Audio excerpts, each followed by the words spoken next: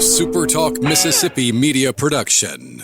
This is Gerard Gibert, and thank you for listening to MidDays here on SuperTalk Mississippi. MidDays with Gerard Gibert is on the air. MidDays with Gerard Gibert is powered by C-Spire. Power your home or business with C-Spire Fiber. To learn more, visit supertalk.fm/C-Spire. C-Spire Fiber powers SuperTalk Mississippi.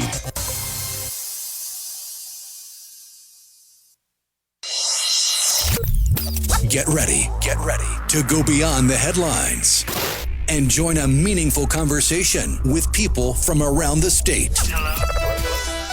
You're listening to MidDays with Gerard Gibert here on SuperTalk Mississippi.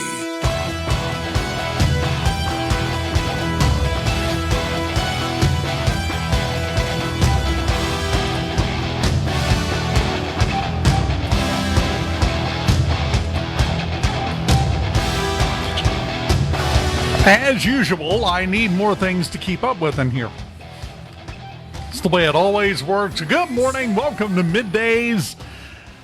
Dave Hughes with you on a Wednesday morning. I hope things are going quite well for you. And if not, don't worry, we'll make them worse. Better. Sorry, Freudian slip there as usual. My buddy Rhino over in the booth. How you doing this morning, man? Howdy. Life treating you good? Oh, yeah, not too terribly bad. We've made it to hump day, so, I mean, what can we complain about? I've got a list if you'd like to discuss it. Oh, man, we got a lot of things to talk about. Schools starting to come out with their new guidance regarding tailgate activities. The MHSAA did, and now individual schools are starting to weigh in with their plans on what they're going to do. We're going to get into that discussion later in the show. We'll just leave it at that. So, it has a little bit of a different feel this week. I mean, you and I have talked about this for the past 10 months. It has been bang, bang, nonstop, 16 major stories per day breaking. It's been the same way this week, but it's had a different tone, a different feeling. It's really hard for me to explain what I'm talking about here. But I don't know. Is it just me, or is it just same old for you? It's closer to same old than it is to changing. But I do see what you're getting at, because it does feel like with the announcement of the ceasefire and the peace deal, people that normally have one thing to say and one point of view are going in the opposite direction, seemingly, while others that have been as loud as possible are completely silent. And it's been enough to kind of throw off the mood. Yeah. The vibe is not vibing like it has been all year so far. Of course, on Saturday, we have the No Peace protest. I mean, you can't spend the week bragging and begrudgingly giving President Trump credit for bringing peace to the Middle East, and then on Saturday have a protest because he's an evil dictator. You're protesting against a peacemaker? You're protesting against peace in the Middle East? That's a winning proposition. That's a great idea. Still going to do it because, well, part of our problem, I think, is that in America, we have a large segment of the population that is basically wasted space and useless. They got to find something to do to make themselves feel like they have a reason for existing on the planet, and as a result, we wind up with things like the No Kings protest. Here is my question. I posed this to someone last night, and they quickly ignored it and changed the subject. We were in the middle of a discussion. I said, okay, because they had just gotten through talking about the protest this weekend, and things are going to change, and people are involved. I'm like, hold on. We have had protests for years, for decades. The number of times that people protesting in the streets, waving their little signs, chanting their little slogans, has actually led to the change they're protesting for.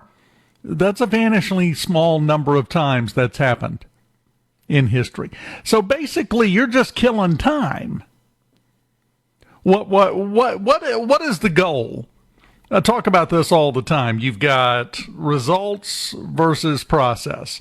The protest or the process. What's the goal? What do they want to have happen? And you can't give as your answer to that, we want change. No, specifically, what do you want him to quit? Do you want him to resign and then have to deal with a ticked off J.D. Vance? I'm not really sure that's a brilliant strategy. So where do you go? What is the goal, Rhino? What are they even trying to achieve with this? Attention. Yes. Desperately trying to make themselves feel like they have a purpose in life, because life hasn't turned out to be what they thought it was going to be.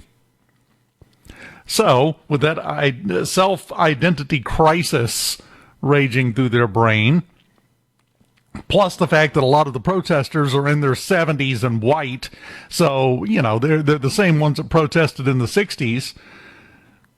Great job, by the way. Look at how much better things are now. Thanks for that. So they're taking another run at it. They got nothing else to do with their time. So one last trip, one last road trip with the friends is what this is. Well, you've seen the pictures of the crowds. Am I misrepresenting this? A big proportion of them are people who were protesting in the 60s, too. Yeah, and this is their only outdoor exercise. Yeah, that's a good point. They ought to try the new one. I've got something over here. Apparently, the newest recommendation for people of an advanced age. I'm going to hold my pad up in front of my almost snow white beard as I continue talking about this. But people of an advanced age, they've been told forever that walking is what they need to do. Well, now they're saying they need to walk backwards. Oh, yeah, that's going to work great. They're saying it works your muscles in a different way, works different muscle groups, helps with your balance. Well, if you need help with your balance, I'm pretty sure walking backwards is a bad idea, because then you're going to need help with your broken hip. As you can tell, I woke up in a mood today. In fairness, the walking backwards may be possible on a treadmill, but yeah, don't take your usual walk backwards, because that's just going to end poorly. They're going to be doing it in the middle of the road in front of me when I'm late getting somewhere. I know how this is going to work. I know exactly how this is going to work. And then we're stuck with that. What fascinates me is how it seems like the incidence of bad advice and even worse ideas seems to be increasing. Are we getting dumber? I'm talking about as a species, the human race. Are we getting dumber? As cynical as I am, I'm going to say no, simply because the synapses required to utilize technology means we're kind of evolving to have faster brains, and faster brains mean you process information, which makes you admittedly not dumber. But what's the opposite of a silver lining on a dark cloud? The prevalence of social media and the fact that everybody seems to be starved for attention 24 hours a day, 7 days a week means that we are all exposed to the dumber portions of the population that previous generations you just didn't have to deal with. And there is an epidemic going on, especially in America right now, of main character syndrome. It has no effect on my life what you think about anything. Sorry. And people leaning into that idea that I need to know whatever. What does Earl think about the price of grain imports from Peru? We've got to know this. Somebody wake him up. He's taking a nap on his tractor. He could tell us. He could solve this. He needs to give us this. I don't care. And if more people suddenly stopped caring what their neighbor thought about every single thing on planet Earth, we'd have a better time of it. How many times have I said it? Good fences make good neighbors. That old statement, nobody ever gave it much thought. that old statement, that old cliche is correct. And the reason why is a good fence keeps you out of your neighbor's business and keeps your neighbor out of yours. Unfortunately, we built a squirrel suspension bridge for our stupid ideas to go back and forth over the fences, and now everybody's infected and they're chewing through your power lines. And we wonder why the light in our eyes keeps flickering. That's why. Well, once again, I have home improvement. They normalized Wilson, and it's all been downhill from there. You know, that is a great point I hadn't even thought of. Once again, I have stretched a perfectly serviceable metaphor way past the bounds of acceptability. And I'll just tell you, if you like that, there's more where that came from, because I'm here for another 2 hours and 45 minutes today, so buckle up. Stick around for multiple shots of Rhino smiling with the mic off and shaking his head back and forth, because that's kind of the effect I have on the show. It's Middays in the Element Wealth Studios, and we'll continue right after this. Keep it here.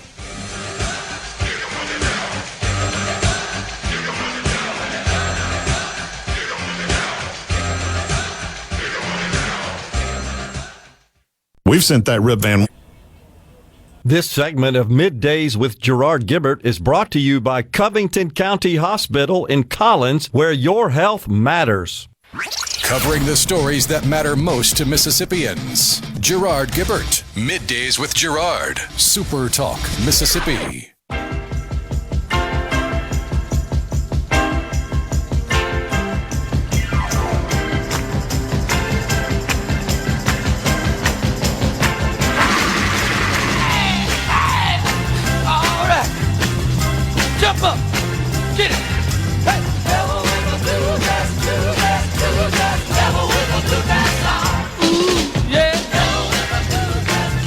Welcome back, Super Talk, Mississippi, in the Element Wealth Studios. Dave Hughes here. And as you know, on Monday, the Mississippi High School Activities Association recommended that schools not have any more tailgating activities on school property. It was just a recommendation. It was a behind covering, legally. We told them not to. And that's understandable. And I don't know that it's really bad advice. Now we're starting to see some schools weigh in on that. Madison County schools, they say they've enhanced their safety plans for school activities. They're going to the clear bags rule. The Fayette-Port Gibson game, no after parties will be allowed, according to the Claiborne County Sheriff's Department. You're going to hear more of these kinds of announcements because it has become clear that there is a faction of the population in Mississippi that has made it untenable to go out and have a good time in a group of people. I haven't seen a good time yet that was worth dying over. And that's the situation we're dealing with. This isn't hypothesis. This isn't hypothetical situations. This is what we're dealing with after last weekend. I have a kind of unpopular opinion.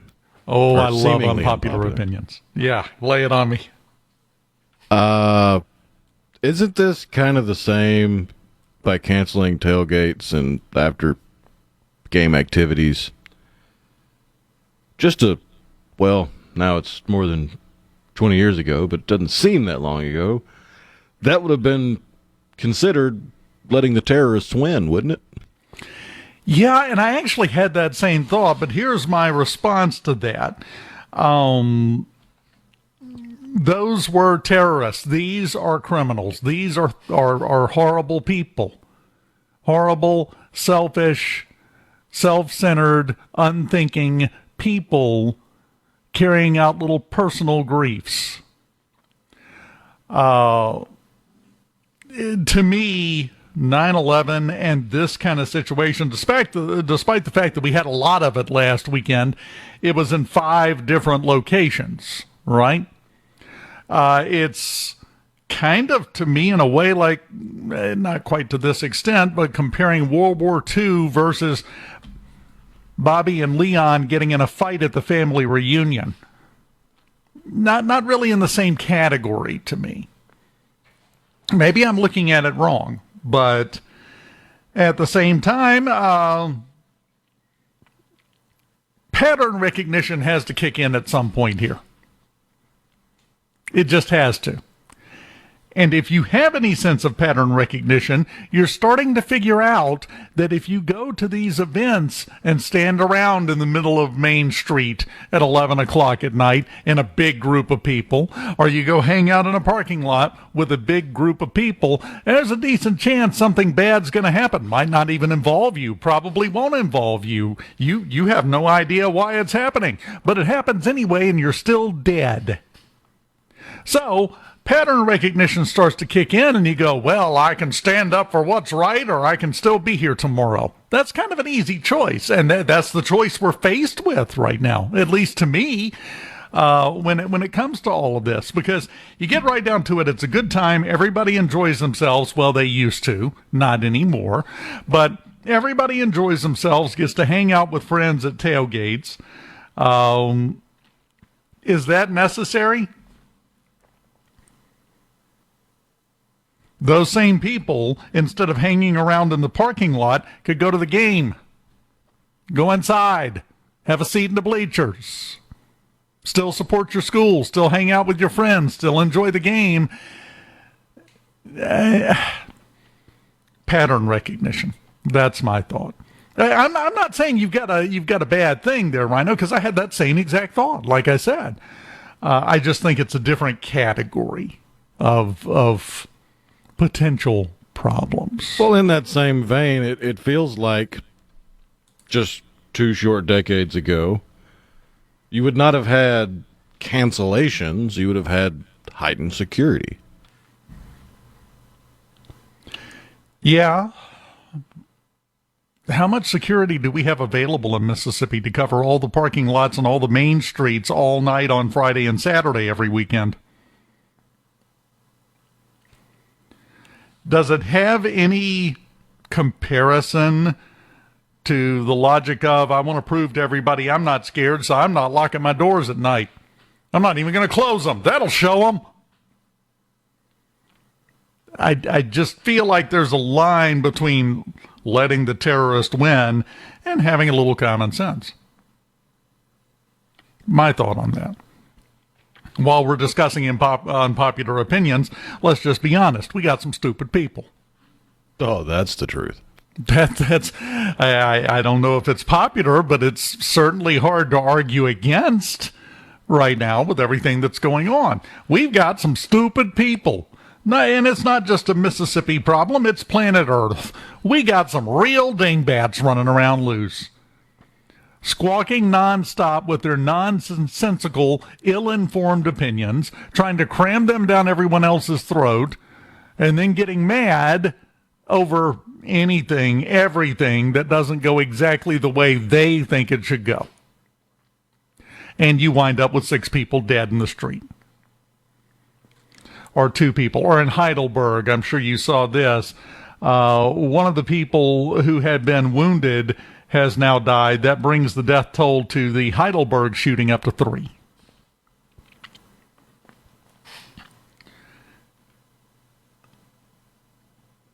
At some point, you have to have a little bit of common sense. To me, anyway. And I agree, more security would be better. It would help. However, until that gets put in place, until we find the budget for that and the people, the trained people for that, I don't think business as usual is an appropriate course of action moving forward. You have to react to bad things when they happen, to try to lower the possibility of it happening again, which is really what we're talking about here, and this is the easiest, simplest way to do it. So I understand it. I do. Would I rather have a world where everybody just shows up, tailgates, has a good time? Yes, I want a burger. I've got enlightened self-interest. I want a freshly grilled burger. Thank you. Get any chips? Yeah, you definitely on board. Not if it means I may not make it home alive. And before the argument comes about that, well, yeah, but you could have a bad car wreck on the way there or on the way home. Yeah. After last weekend, do you think the odds are greater or lesser that I could get shot and killed at one than they were 2 weeks ago? What's the feeling on that?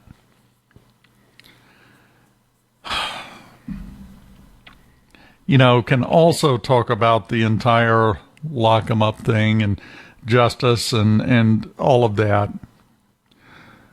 You want to talk about an opinion that's going to stir some people up, Rhino? I got a butte.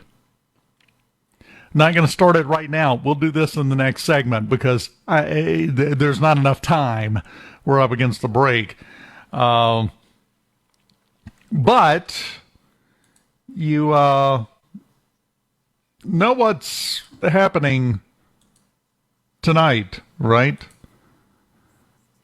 Assuming that the Supreme Court of the United States doesn't step in at the last second, which is more than likely not going to happen, but we won't know for sure. We have an execution scheduled for tonight. I want to talk about that when we come back. And also the fact that One Piece is overthrowing governments. Have you seen this, Rhino? I have. Yeah, we'll talk about that. We got to talk about that. Coming soon, President Luffy. It's got to happen, right? Somebody legally changed their name to that. Gen Z would give them the biggest landslide in the history of the world. We're in the Element Wealth Studios on a Wednesday morning, and we will continue here on Middays right after this. Keep it here. On the cover of the Rolling Stone, see my picture on the cover. Counties for my brothers. I can see my smile on the cover of the Rolling Stone. Right up front, man, I can see it now. From the Seabrook started today. Gerard. Good for America. Good for fans of justice and truth. Good for us. SuperTalk Mississippi. This is what we stand for.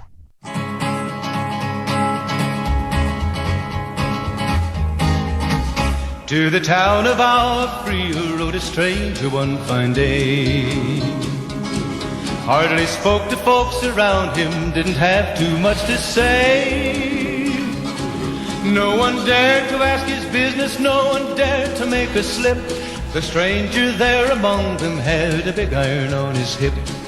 Big iron on his hip. It was early in the morning when he rode into the town. He came riding from the south side, slowly looking all around. He's an outlaw, loose and running, came a whisper from each lip, and he's here to do some business with a big iron on his hip. Big iron. The good old days when songs told a story. You don't get that anymore. When's the last time you heard a story song, Rhino? In any genre? Occasionally you have the one-off, but yeah, it is a dying art. Like, I think probably one of the more popular ones that's not from that era, but still not quite new, would be, what was that Blake Shelton song? Old Red? Yes, that was a good song. Yeah, very much a story song. Hard rock-wise, there's a group called Volbeat that does some of that still. Oh, yeah. But it's very, very few and far between across the board. You just don't get stories told. Maybe we've put our finger on a big part of our problem. The storytelling has died off. Music, Hollywood, publishing, It's very meh. Yeah, somebody will have a good idea, and it'll do very well because it's innovative or novel. And then you get another decade or two after that of just derivatives. I mean, Harry Potter came along, and it was like, oh, instead of looking at the old man with the long white beard and the wizard robes and the staff, let's look at when he was 12. So it was innovative. And then all of a sudden you have every single possible fantasy or sci-fi story told through the eyes of a teenager. I mean, you look at the top 10 movies right now. Number 1 for the weekend with a week showing, the newest installment of the Tron series. Well, there's a fresh new idea, isn't it? Oh, but this time the light bikes come into the real world. You've got The Conjuring, Last Rites at number 5. What, the 7th Conjuring movie? I think so. And they're not even hiding it in some cases. The number 9 movie is The Strangers, Chapter 2. Just in case you thought for a moment that it might be something original. The Bad Guys 2 is on the list. I mean, it's over and over and over. We reboot. The big buzz right now is about Guillermo del Toro doing the 19th remake of Frankenstein. I've seen that story. I've read that story. I've heard that story. Can we come up with something new? No. The answer is no. All right. I mean, James Cameron did, and it didn't seem to have much cultural impact. The Avatar movies are, I mean, I get it, they're a live-action version of Ferngully, but still, it's not just slop put out there to make a movie. He was actually having to develop and innovate with technology to create the 3D effects. But that's really the only impact it's had, was that innovation, that technology. Like, you don't have snappy one-liners or inspiring quotes from Avatar. You don't, like, I love music. I love being able to identify music by just the few sounds at the beginning. I couldn't hum you the theme from Avatar right now. No. I'll tell you a dirty secret. I've never seen Avatar, any of them, because it didn't really grab my attention. And you know this. I'm a huge science fiction nerd. And I saw it and I was like, yeah. When I first saw it being promoted, I'm like, okay, it doesn't really necessarily grab me. Same thing applies, by the way. Enormous fan of the Marvel movies, the superhero movies and shows out right now, because 10-year-old me would have strangled to death any 5 people you pointed out if I could have had these when I was 10. So my inner 10-year-old loves them. By definition, they're not original. Nobody is allowed to come up with anything original. We can get into book publishing another time because that's a completely different area. And at the same time, it's the same exact area, except in some ways worse. Mentioned it before the break. Tonight, Charles Crawford is scheduled to be put to death at Parchman. Now, he was convicted in 1993, so 32 years ago. He was convicted of kidnapping, raping, and killing a 20-year-old community college student.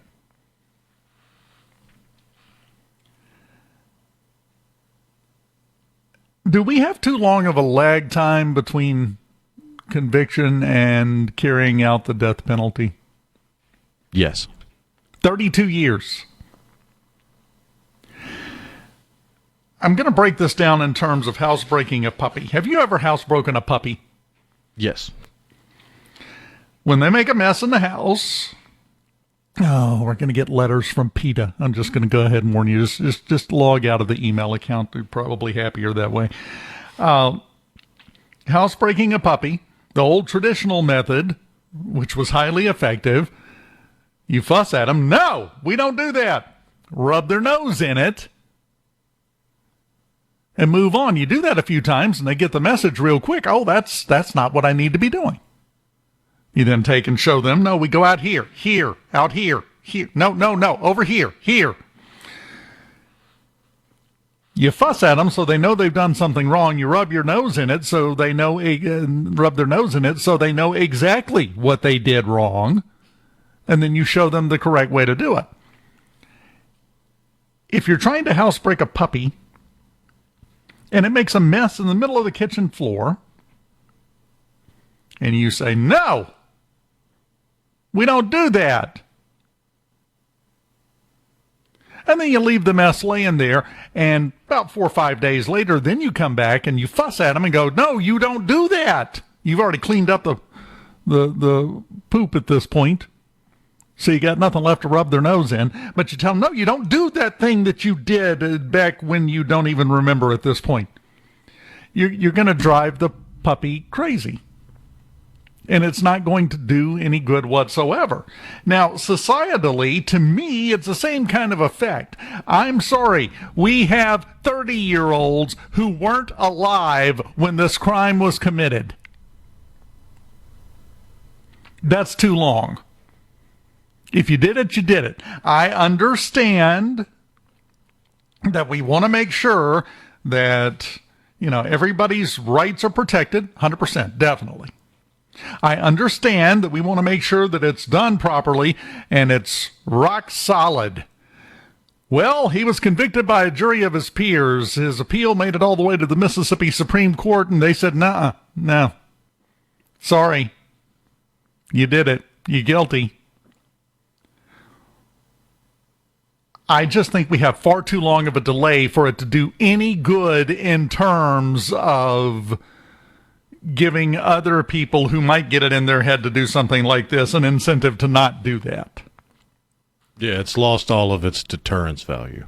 Yeah. Again, you've got a 30-year-old right now. Your 30-year-olds, they've got a family. They've got a job. Some of them have started a business. This happened before they were born.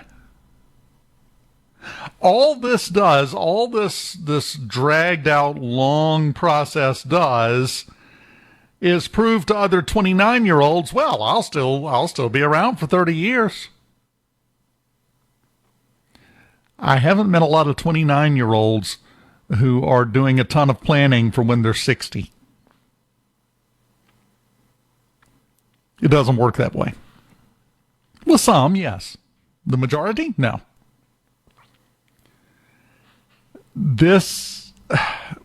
We have gone too far trying to make sure we take care of the bad guys, to me. The appeal, by the way, that he has in front of the U.S. Supreme Court is that his attorneys at the time admitted his guilt and went after an insanity defense to avoid the death penalty. They wanted him to just be locked away forever so you could keep paying for him to live. And now he's saying that violated his Sixth Amendment constitutional rights because his lawyers admitted he was guilty in court. Nowhere in the appeal is there anything about he didn't do it.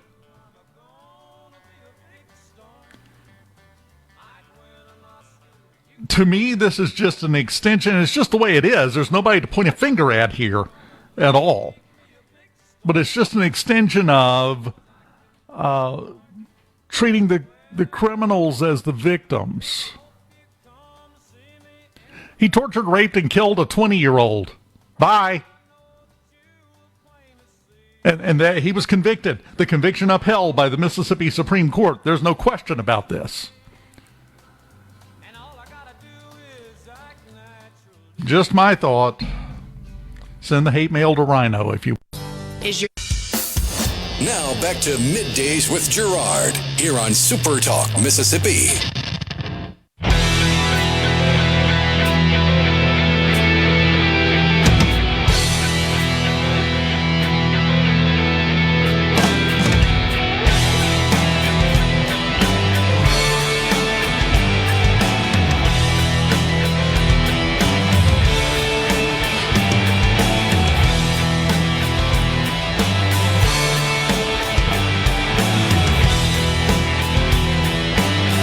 Welcome back, Super Talk Mississippi, live in the Element Wealth Studios. Coming up after the top of the hour, we'll have news. And after that, Mike Hurst joins us. New appointment for him. He is about to be busier than a three-tailed cat in a rocking chair factory. Considering what he's taking on, and my hat is off to him. I can't wait to talk to him about it and get some details, and if he has figured out how he's going to be able to maintain a normal sleep schedule once he takes over as the legal counsel for the RNC. This is the world we live in. You're going to like this one right now. Well, you're not going to like this one, but you're going to not like it in a very entertaining way. Major General William Hank Taylor. I'm not going to facetiously ask if you know who that is, because you don't. I didn't. He is the commander of the 8th Field U.S. Army stationed in South Korea. He has become quite vocal about the fact that to determine what he's going to do with his troops, how he's going to manage them, how he's going to do his job, and I quote from an interview with Business Insider that Major General Taylor conducted, ChatGPT and I have become really close lately. It goes on in greater detail. We have a major general over troops stationed in South Korea that is using ChatGPT to run his division. You played around with ChatGPT much right now? Oh, yeah. It's very good at a lot of stuff. Not going to lie. It's very talented. It's very, talented is the wrong word, but it's very effective at a lot of things. At other things, not so much. And there seems to be at least some amount of randomness as to whether you get the effective answer that you're looking for or the ridiculous, nonsensical, unusable answer. And the problem is the way it presents them. Those two types of answers look pretty similar.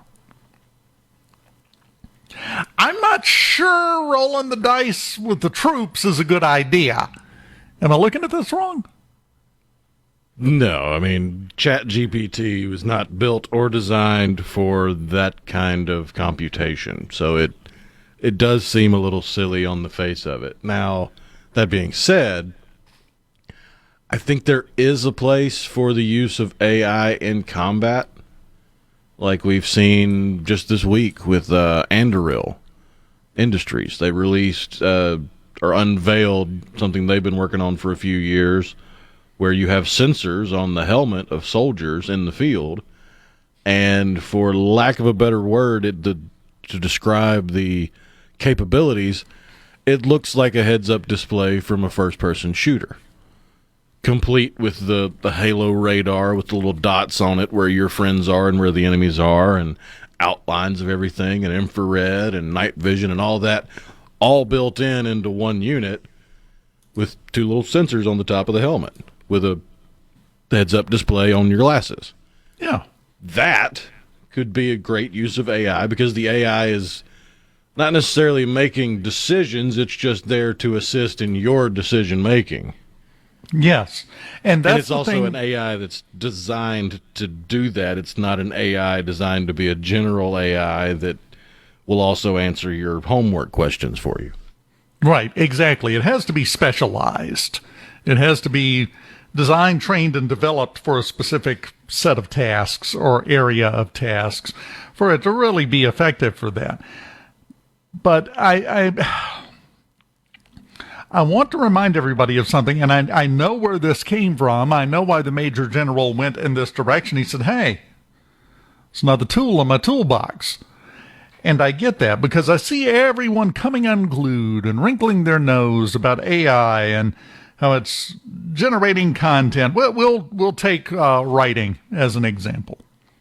study came out that 52% of all written content on the internet now was generated by AI. There's a whole website called Forced Valor that's AI written. That's hilarious. AI is a tool. Everyone tries to attack it as if it's a movement or a person. It's a tool, just like a computer, just like an electric typewriter. I remember when I took typing in high school, we had like 3 electric typewriters. The rest of them were manuals, and you had to learn on manual because it makes it far too easy, and that's a different thing, and you can't learn it if you do it on an electric typewriter. You got to be on the manual, and you got to have the keys jam and the ribbon get twisted. That's what you've got to do. There has long been a push to make sure new things are scary. Talk more about it later. When we come back, after Fox News and SuperTalk Mississippi News, Mike Hurst joins us here on Middays in the Element Wealth Studios. Of Middays with Gerard Gibert is brought to you by the Mississippi Business Journal. Visit msbusinessjournal.com. Scott Coopwood, publisher and president. Welcome to the show that challenges you to think deeply, and look beyond political posturing. You're listening to Middays with Gerard Gibert here on SuperTalk Mississippi.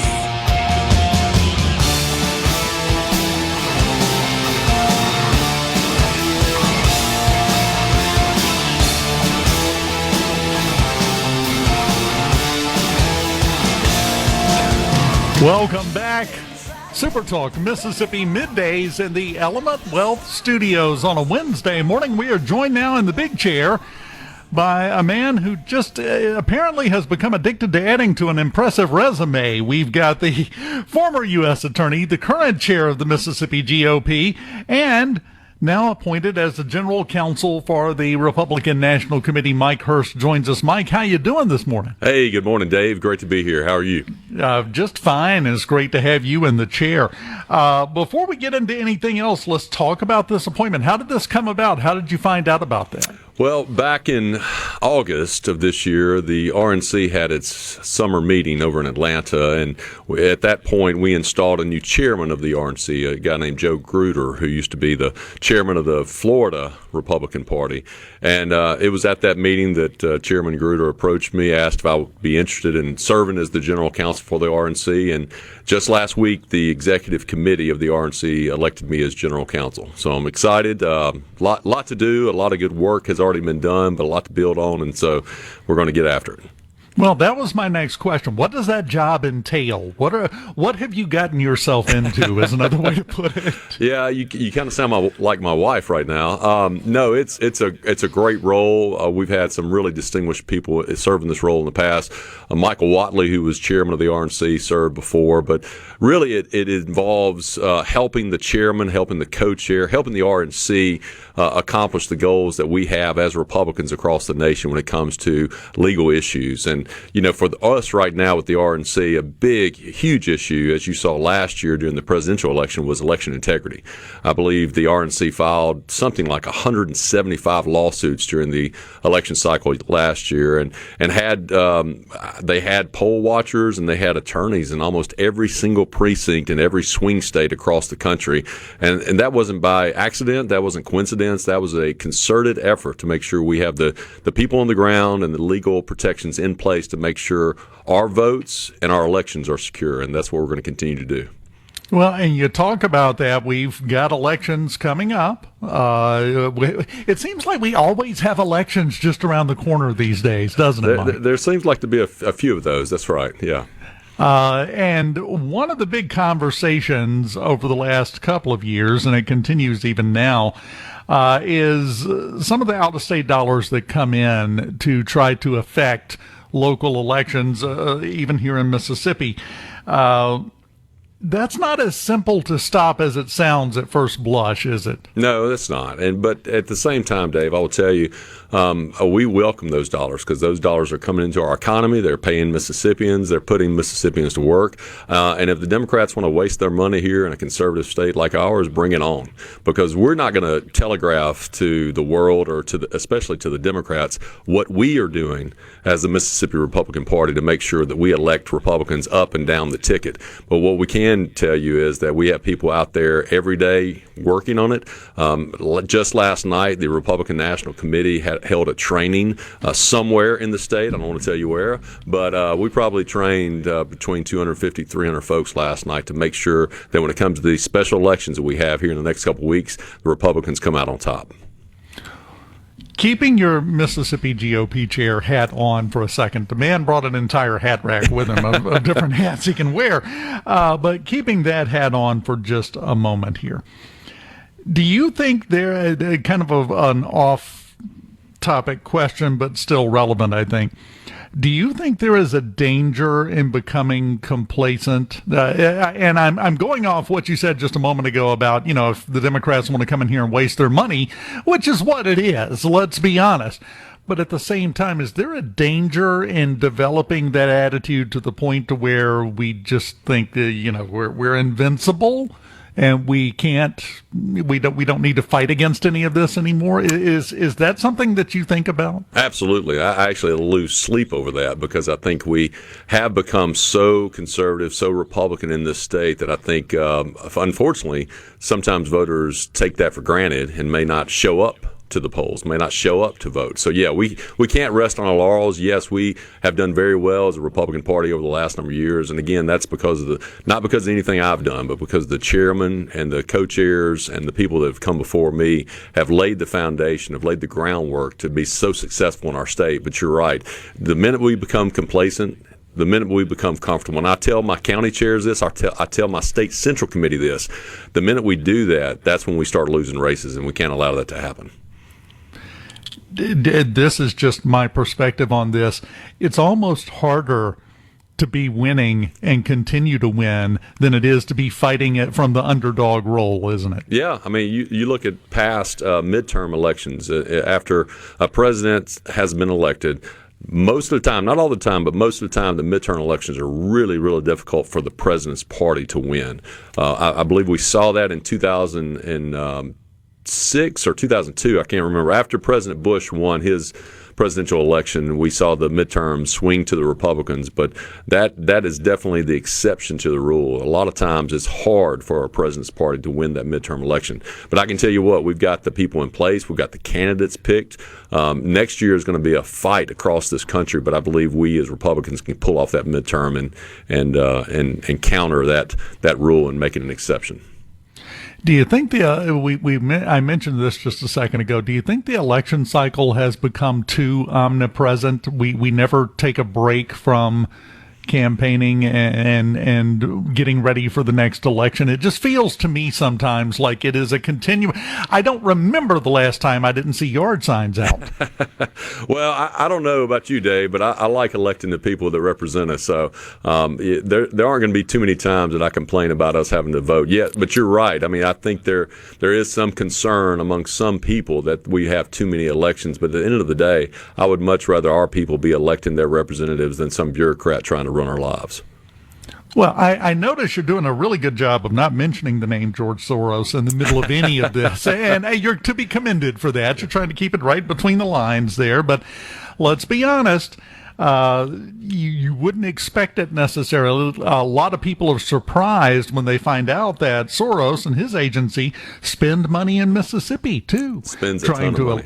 Trying to elect Democrats. Yeah. And that we have outside influence coming in all the time into the state, specifically because we have become so successfully Republican, and they can't stand They that. can't stand it. That's right. And you saw that with District Attorney Scott Colomb up in Columbus. He was elected to that position from George Soros money. You see Chuck Schumer promising to spend millions upon millions of dollars in Colomb's race against our United States Senator Cindy Hyde-Smith. And you saw that 2 years ago in the governor's race where Brandon Presley received, millions and millions of dollars from outside the state of Mississippi. The Democrats nationally want to win so bad in Mississippi, but they can't wrap their head around, they can't understand that conservative policies work. And as long as conservative policies are being passed and being implemented in this state, people are going to continue to vote for that. But to your earlier point, we can't get complacent. We can't get comfortable. We've still got to go out there and educate the voters. We still got to go out there and recruit the candidates, and we still got to run these campaigns and turn those voters out to win.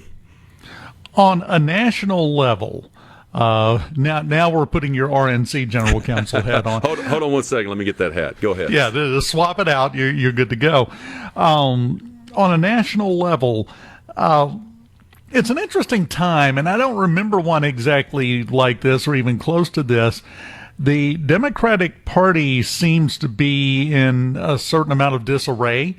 Their message is, let me scream for a few minutes, and I don't know about what, and then we'll move on to the next thing we're going to scream about. Does that help or hurt?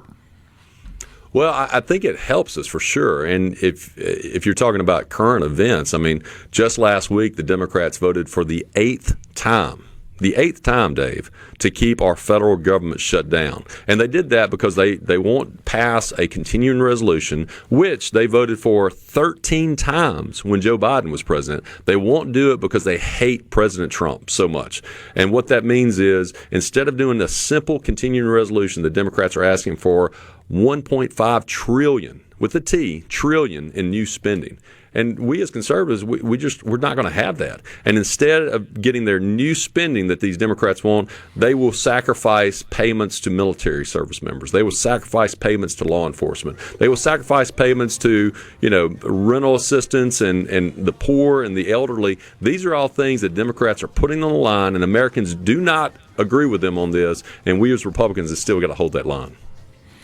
Well, I think you're exactly right, and I think it's going to get stupider before it gets smarter in some areas. Mike, let's just call it what it is. That's right.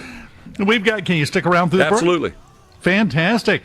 Mike Hurst, we don't have time before the end of the bumper music to list all of his various titles at this point, but we will talk more about all of them as he continues to prove what happens when you do a good job. You get more things to do. That's the way the world works. We'll continue talking with Mike when we return to the Element Wealth Studios on Middays. Keep it here.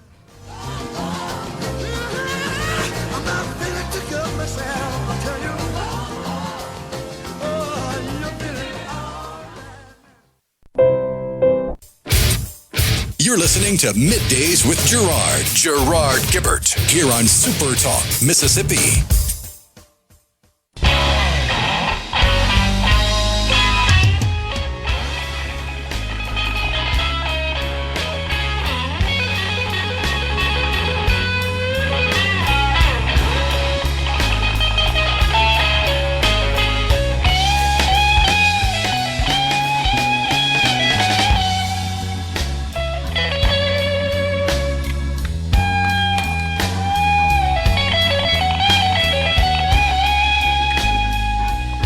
Little blues bringing us back in on SuperTalk Mississippi, live in the Element Wealth Studios on Middays. Dave Hughes here.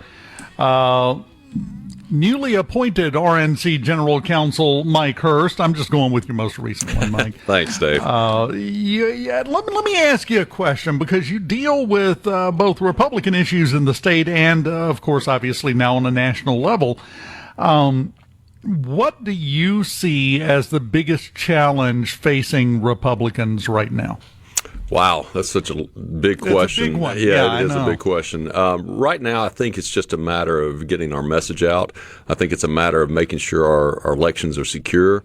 As I mentioned earlier, we're doing a good job on that, and then President Trump is making that a priority. He issued an executive order back in March to make sure that states required proof of citizenship when voting, to make sure states required that ballots actually be in on Election Day. As crazy as that sounds, a lot of states, including Mississippi, until just recently, had laws on the books that would allow votes to come in after Election Day and still be counted, which is kind of crazy if you think about it. And just making sure that, it's easy to vote, but it's hard to cheat. And that's something the Democrats cannot stand. I mean, we saw that just a few months ago down in Gulfport during the municipal races where Democrats were outwardly, unapologetically buying votes in a mayor's race in Gulfport, and they think it's nothing wrong with that. And so we as Republicans have to ensure that illegal aliens are not voting. We have to ensure that there is voter ID when we go to the polls. We have to ensure that those votes are actually counting, and I think that's what we as Republicans are really focusing on right now. Minnesota Governor Tim Walz. Oh, God. What did he do now? He just signed a new bill into law in Minnesota allowing anybody with a pulse to get a state-issued ID, which will, seriously, they don't have to be a citizen. They don't have to prove anything, and they can have a state-issued ID in Minnesota. And he was excited, and he did his usual manly hand-waving at the signing and everything else. But that just opens the door to people gaming the system, which is what we're trying to avoid here, right? Yeah, that's exactly right. We saw this recently in Kentucky where someone in I can't remember if it was clerk's office or where, but they were allowing illegal aliens to come in and register to vote under the table. And it's a big thing that's happened in Kentucky. We've heard about it. Some may have seen it in Mississippi, where we've had those who are here illegally in our state being registered to vote in our state. I don't know how that's just not common sense. I mean, Dave, would you go to any other country and sign up to vote in that country? No, you wouldn't do that. And you sure as heck wouldn't do it without following that country's laws, without making sure your passport's in order, without making sure you have the correct visas if they're required. And why should we be held to a different standard in the United States of America that any other country would hold our citizens to? It's just crazy to me. It's a perversion of something that we were proud of for so long. I talked about this Friday on Mornings. You notice it's been a while since anyone has referred to America as a melting pot. The reason why is if you're a melting pot, that requires the new ingredients going in to melt and to assimilate into the rest of it. That's no longer the goal. That's no longer what we want to have happen. We don't want melting to happen, so nobody uses that term anymore on the left. Yeah, and it is sad because the left tries to paint Republicans as anti-immigrant, and that's absolutely not the case. The last major speech that President Ronald Reagan gave during his presidency was about the importance and the value of immigration in this country. We are a melting pot. We're the only nation, think about this, Dave, we're the only nation in the world that you come here and you're an American. If you and I go to France, we don't become Frenchmen. If we go to Germany, we don't become German. But if you come to this country legally, if you follow our laws, if you assimilate, as you said, you are an American citizen. And that's something we are proud of and we should be proud of. But just like every other country, we have laws, we have rules. We believe in, as Republicans, the rule of law. And we should hold everyone to that same account if they want to come to this country. And again, I don't know how any Democrat can argue anything differently. Although, as we saw in the last 4 years during the Joe Biden presidency, there were no rules, there were no laws, there was no border. And that's just, I'm glad we've got our country back. I'm excited. I think President Trump is right. This is the new golden age of America, and it's exciting to be at the forefront of that. Well, the entire national policy under the Biden administration seemed to be semi-controlled chaos. That's what they were going for. And the reason why is when chaos is happening, it's a lot easier to get what you want. if you're of that mindset. If you keep people afraid, upset, they're really easy to lead and guide around. Well, and also if you open the borders and you allowed everyone to come in, and to your point with Governor Walz in Minnesota, if you allow all those individuals to come in, get free health care, free education, and then be allowed to vote, then you're going to have a permanent Democratic majority for the rest of our nation's history. And it's built upon those who are not even allowed, not even supposed to be in our country to begin with. I just can't understand for the life of me why the Democrats, or what the Democrats' problem is with the rule of law. It's just, to me, it's pretty common sense, but I guess that's the reason I'm not a Democrat. I believe in common sense. Quit having sense and you could swap parties, Mike. That's the basic message. Never going to happen, Dave. Never going to happen. Let's go back to something you mentioned just a second ago. We had the thing down on the coast where people were just on the Democratic side openly buying votes. That is not new. That's been going on my entire life in the state of Mississippi. And it's very indicative of the mindset of liberals in terms of, well, whatever it takes to win, that's all that matters. The ends justify the means. What can we do to stop that? Because it's always been one of those barely kept secrets that everybody just kind of says, well, there's not much we can do about it. What can we do about that? Well, I would encourage any of your listeners to reach out to the Mississippi Republican Party. After we shed light on what was going on in Gulfport, and let me back up for a second. When we heard about what was going on in Gulfport, the campaigns, the citizens down there had tried to go to the media, had tried to show that to the media, and the media ignored it. So if your listeners have examples of that, I would encourage them to call the Mississippi Republican Party. After we did that, after we held press conferences, after we forced the media to actually cover this illegality that was going on down in Gulfport, we started getting phone calls from other parts of the states. Just as you said, this has been happening for years, and we as Republicans have got to put a stop to that. You know, a lot of people don't remember, but the Republicans have only really been in control of state government for the last 13 years when we got control of the House of Representatives. So we haven't been around that long. But look at all the good that has been done in just 13 years when you enact and you implement conservative policy across the state. I mean, in education, in workforce training and development, in attracting new jobs and new economic development to this state. Mississippi is on the rise, and if we continue to go down this conservative path, it's the only way is up for Mississippi. Well, I think President Trump provides a great example of someone who's not afraid to talk about the elephant in the room. And that has been a problem, not just in Mississippi, but everywhere for a long time. You see something like buying votes going on, which has gone on all over the place for a while. But nobody wants to talk about it because it's a sensitive subject and we don't want to go there and we don't want to, bring that out. No. The time for that is over. We have to talk about the problems as they exist, or we will never fix those problems. Absolutely. Right? And President Trump and Vice President Vance have done an incredible job bringing those issues to the forefront. And just as you said, not taking any crap anymore from the media, really giving it back to them, showing them for what they are, a Democratic shill. And, I think that leadership matters. And when we have leadership at the top doing that, I think that empowers and emboldens leadership at the state and local level to do the same thing, to bring to light the darkness that has been covering our state and our local communities, and make sure that, again, conservative policies take care of people. They take care of Mississippians. And as long as we're doing that, Mississippians will be better off. No, I think you're obviously exactly right. I mean, I that's part of the problem, I think, is that it's hard to deal with the Democratic mindset because it's very difficult to understand if you have any amount of common sense and any amount of ability to approach real life as real life. You can't really quite wrap your head around what they're thinking or why they're thinking it sometimes. Yeah, it really is hard. When I talk to individuals I know who lean Democrat or in the Democratic Party, it's hard to make out exactly the reasoning behind what they're advocating. It's a lot of talking points, it's a lot of feelings, it's a lot of emotions, but not a whole lot of logic and reason there. Mike Hurst, who at this point is the Republican Party in Mississippi. He's getting close. No. He is the chair. Well, he's the guiding force. I'm gonna stick you with that no matter what. You're the chair of the Mississippi GOP, so you're kind of stuck with that particular role. Always enjoy talking to you. Come back more often. Okay? Absolutely. Thank you, Dave. Thanks for having me. We'll continue to try to get you in trouble. That's what we do Absolutely. here on Super Talk. We're in the Element Wealth Studios on Middays, and we continue on this Wednesday morning after this.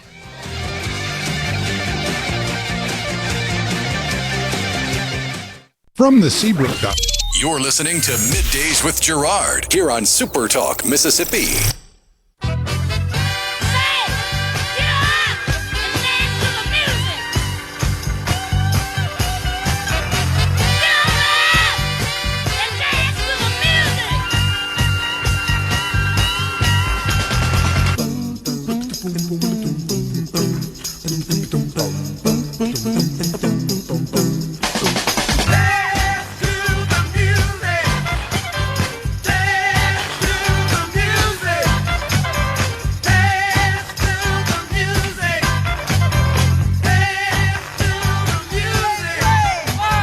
The Los Angeles County Board of Supervisors voted 4-1 yesterday to declare a state of emergency over the federal immigration raids going on.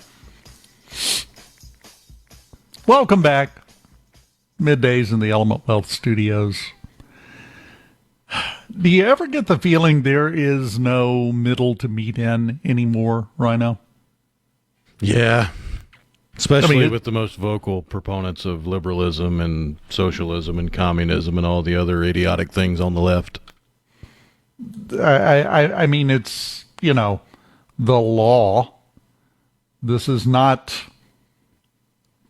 objectively a crazy thing to bring up. People violating the immigration laws should be arrested.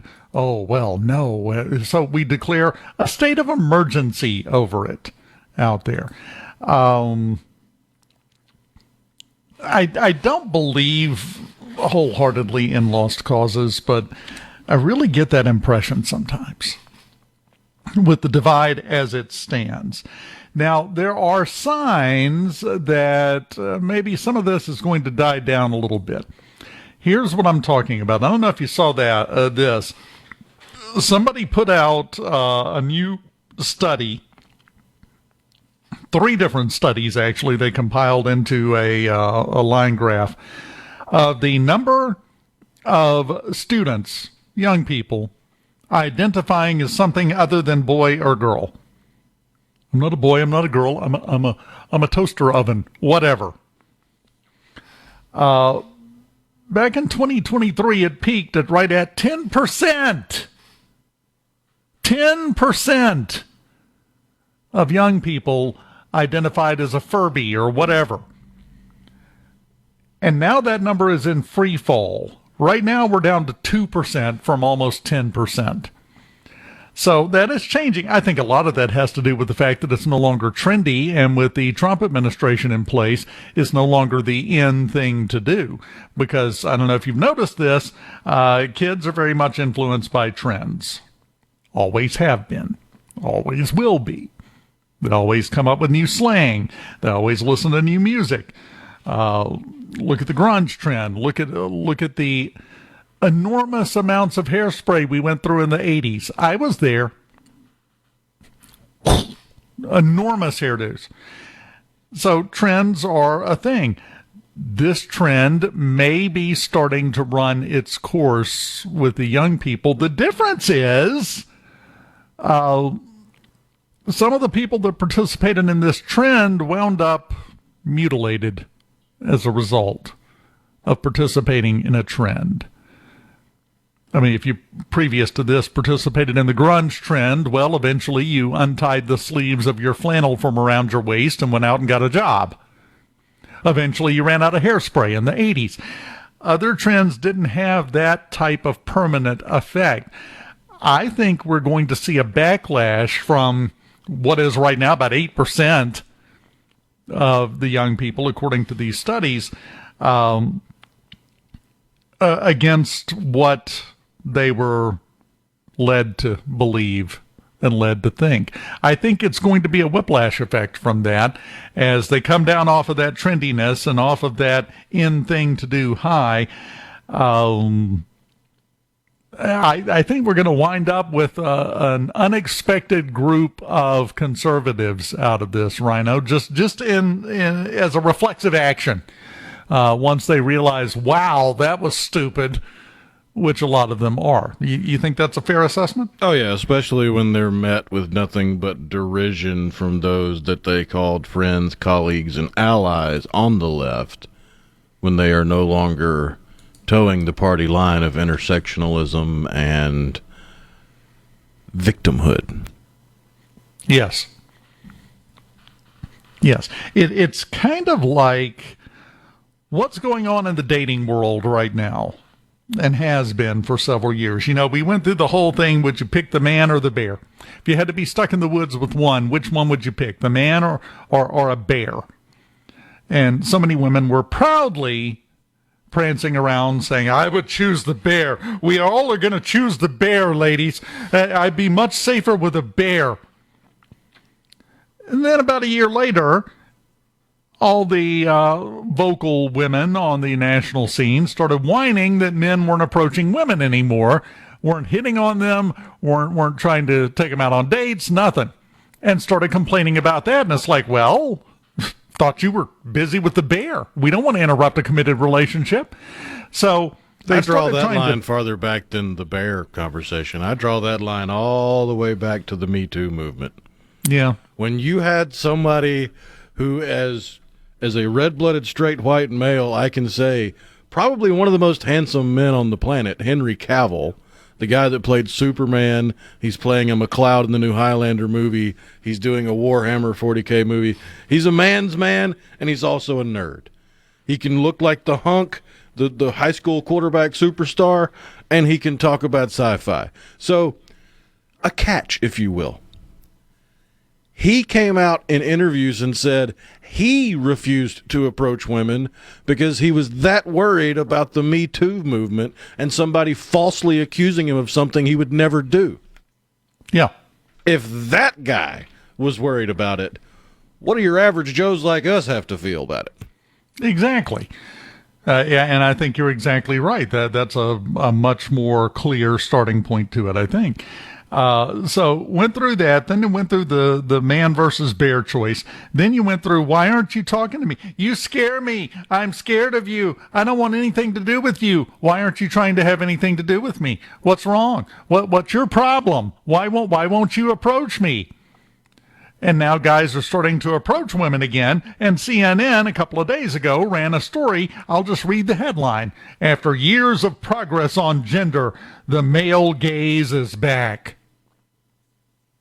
Pick a lane, you morons. This is not that difficult. This is not that hard. That's why I say third and fourth wave feminism are toxic to a productive society. Yes. Well, they're definitely toxic to the birth rate. Have you seen that lately? It's cratering. And if you think, well, that doesn't matter to me, well, it's going to matter to you in 20 years when they don't have enough people to staff your nursing home. That's the part everybody forgets when they say, oh, well, that's a young person problem. I've been married 35 years. Everything's fine. Yeah, it's still going to have an effect on you if all of a sudden an entire generation decides they don't want to have kids. Almost en masse. I mean, it's a ridiculous drop in the birth rate. Part of that is due to the fact that nobody in that generation, and rightfully so, feels like they can afford to have a kid. I get that. But a lot of it has to do with this nonsense and speaks to exactly what you're talking about, Rhino. The nonstop drive to scream that women are just as good as men in everything and better in some things. I mean, just look at the widespread adoption of the slogan, the future is female. Yes. And look into who actually came up with that phrase and coined it. It was a couple women that thought that they could kill off 95% of the men on the planet and society would be perfect. Yes, it'd be great. Things would be so much better. I mean, once a month? But aside from that, things would be so much calmer, so much easier to manage.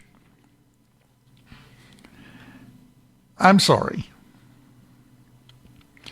The biological processes that exist in human beings are not something to be fought against. They're just not. Men and women have very specific roles in a relationship. That's in the Bible. Don't take my word for it. Let's go to a higher authority. Literally. That's in the Bible. The man is supposed to lead the family. The woman is supposed to follow the man. Right? That's a severe simplification and slight miswording of it, but the flavor is there. To fight against that, to be desperately wanting things to be different than they actually are, always have been, and always will be, is at best a colossal waste of time. It's not going to stop us, though. I mean, if we want to talk about colossal waste of time, I could run through a whole list of TV shows.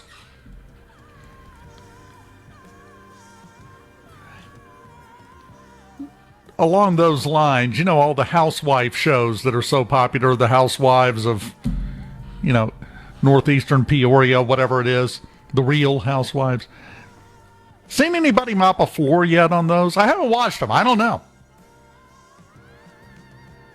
Anybody doing laundry? Any of that?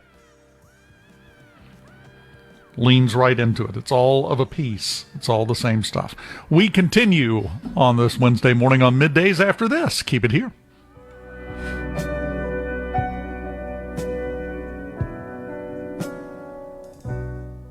Poly up Middays with Gerard Gibert. Let's do this. On SuperTalk, Mississippi. Let's go.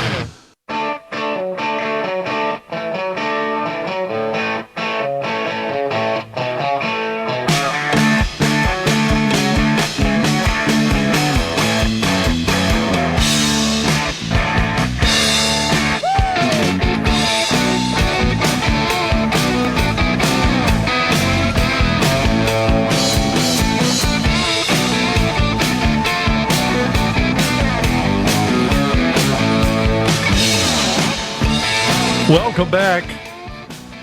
Super Talk Mississippi Middays. Dave Hughes in the Element Wealth Studios mentioned it earlier. We got to get back to it. Rhino, I can't let the day go by without allowing you to weigh in on this topic.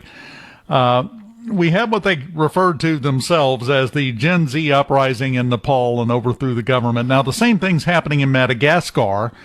And in both cases, they're using what is basically the One Piece flag as a rallying symbol. Oh, yeah. Yeah, it's been all over Southeast Asia, and now it's just spreading.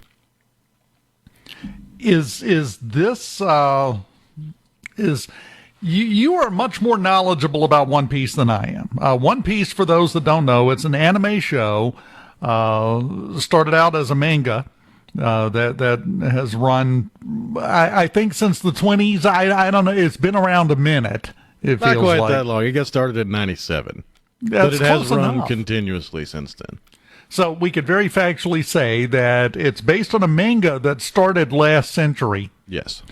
And is very popular. They've got a live action show that they're doing on it that has been extremely successful. They've got the anime cartoons based on it, all of that. And now Gen Z is using a symbol from it, a pirate flag, because the main characters are pirates, sort of. And they're using that as a rallying sign for revolution against the government. Does that fit to you, Rhino? A little bit, because the Straw Hat crew, the pirate flag that they're flying, that's the main pirate crew you follow in the story. And they do butt heads with the world government that's in charge of the entire world. And they portray the world government as the bad guys, the pirates are the good guys. They just want to live free and be themselves. But yeah, you're right. It's popped up in Indonesia. It popped up in Nepal. It's popped up in the Philippines. It's been at protests in France. It's been at protests in America, in Portland and Chicago. And it's even popped up in Morocco, Kenya, Peru, and now Madagascar. How long until we see protesters show up wearing straw hats? I don't know. It might be hard to get the gas mask on under the straw hat. That is an excellent. See, the straw hat won't fit inside the inflatable frog costume. That's where the problem is. Logistics. It's all logistics is the problem here. I just thought that was interesting, and it's an interesting way that a pretty big piece of pop culture has intruded on real-world political events. Not the first time, not the last time, but it's just very interesting to watch this unfold. And I have to wonder, in a way, I consider it a bit of a sign of the way this generation is approaching things a little differently as they get out and protest, because haven't seen a ton of that in the past. Really, there have been some examples, but not much. Maybe I'm wrong. I'm just interested to see where it goes from here. I don't think it'll stop with the flag. I'm just trying to think of any other popular set of characters or story that you're rooting for the people that are fighting against the government. Star Wars. That's about the only other one. Yeah. Star Wars was, I mean, come on. It was the Empire versus the Rebel Alliance. As usual, George Lucas skipped the day on subtlety in his filmmaking classes. So, yeah, it was the same kind of thing there.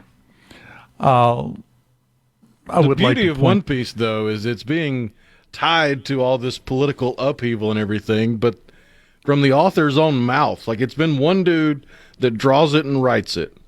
He draws everything that moves on the page, and he writes every word. It's his baby, it's his story. And from his own mouth, he stated, if 100 people read my story, I want there to be 100 different reactions. Take from it what you will.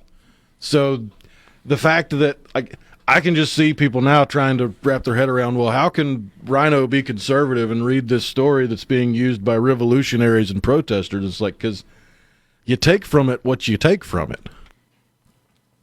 He's just telling a story. That's the way it used to be. There wasn't continuous, nonstop, omnipresent political and societal messaging in every piece of content you were given to consume. Hemingway wrote a story. Read it. What'd you get from it? Good for you. He didn't care.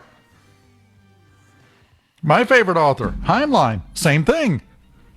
He famously talked about that many times. We have gotten so used to assuming that everybody takes things the way we take them that it's messed up the world. Literally. Coming up next, we have Fox News, we have SuperTalk Mississippi News, and then hour number 3 of Middays in the Element Wealth Studios. When we return, keep it here.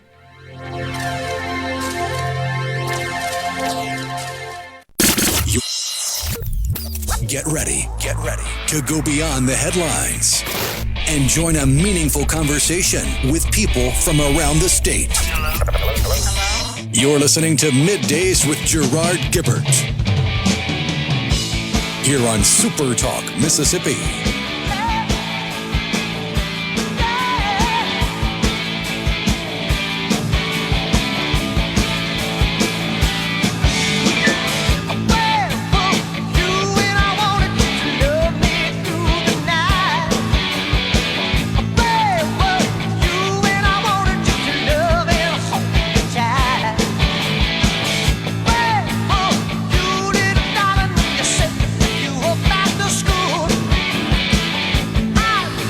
Welcome back. Hour number 3 of Middays and the Element Wealth Studios. Dave Hughes. We have the state public defender joining us at some point here in the next few minutes. And looking forward to that because it's an important time with what happened last weekend. And you add to the fact that it is, a very important month. October is Crime Prevention Month. So, yeah, we got a lot to talk about with him. Rhino, I am kind of amazed that we haven't really had any breaking news since we came on the air. That's rare these days. Yeah, usually the administration's flooding the zone with something, so I don't know what's up. Yeah, not much going on. One of the biggest stories is the Supreme Court hearing arguments on the district line drawing case in Louisiana, looking at drawing lines for majority black districts. There's been fighting back and forth. Supreme Court apparently going to decide on that. So that's going to be interesting. That's about it. There's nothing really happening. I wonder how much of that is because the government is shut down. Could be part of it. Yeah. Because they're not able to screw up anything. Yeah, exactly. There have been no major mistakes because no one's there to make them right now, which is kind of what the point was when everyone has been saying, why do we need them? If they're non-essential and they've been gone for over 2 weeks and everything's still pretty well working. Yes, I know there are some problems with national parks and things like that and other areas. But that was the entire point of Doge, so it shouldn't be surprising to find out, as it turns out, there may be some wasteful spending on salaries in the federal government, and this is kind of a laboratory that's aiming to prove some of that at this point. You take a negative, you turn it into a positive. That's what's happening with the government shutdown right now. The other thing, just very briefly, I guess you've seen just about every single major news outlet has issued a statement refusing to sign on to Secretary of Defense Pete Hegseth's new rules for the media in the Pentagon. They've all come out and said, this is horrible, this is not the way it's supposed to work. Well, it kind of is. That's the point. Basically, the rules, and Pete Hegseth himself put this out in a tweet. They will be tweets until the day I die, by the way. I don't care that it's no longer Twitter. They're still tweets. Put this out in a tweet and said, here are the rules. Press no longer allowed to roam freely wherever they want inside the Pentagon. Press must wear an identification badge identifying them as the press at all times. And press no longer allowed to solicit crimes. In other words, try to talk somebody into telling something that's top secret and they shouldn't be spreading around. How do you look at that list and say it's unreasonable? That's what's worrisome here. Saw a quote earlier from General Sherman, of all people. Let's go back 150, 160 years. Who said that he hated newspaper men because they came to camp, went around, talked to the men, picked up on all the camp rumors, and then printed them as fact. He said they're no better than spies. So this is not a new problem. But now the press, who have been, you and I have talked about this before, Rhino, how often we get a big breaking story. This is a major national story. We must pay attention to it from unidentified sources. 6 anonymous sources confirm. Yes. And then you find out later they were full of it. But that retraction's, on page 72. So you never saw it. This has been going on for a long hundreds of years. It's the way it has always worked. Of course, The major media outlets are against this because that's their bread and butter. And if they're no longer allowed to get those anonymous sources so that they can breathlessly explain that there's a plan in place to make everybody eat nothing but Nutella 24/7, well, it doesn't matter if it's stupid as long as they can claim they talked to an anonymous source who may have just been yanking their chain for fun. Now that goes out the window. I've heard the argument that, well, it's the People's Department of Defense. They need to know what their money's being spent on. They have press briefings very regularly in the Pentagon from the Department of Defense to talk about this and let reporters ask questions. They're not talking about stopping that. However, everybody that doesn't sign on to those other rules, they're revoking their Pentagon press credentials. The next press conference is going to have the One American Network, and that's about it. Oh, yeah, all the beat reporters from the Pentagon were posting their selfies outside trying to look like they were important. Yes.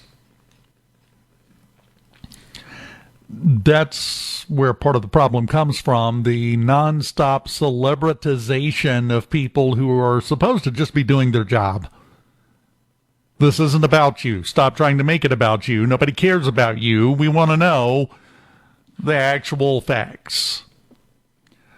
I don't think it was a bad thing from Pete Hegseth at all. Makes a lot of sense. Here, let me give you an example.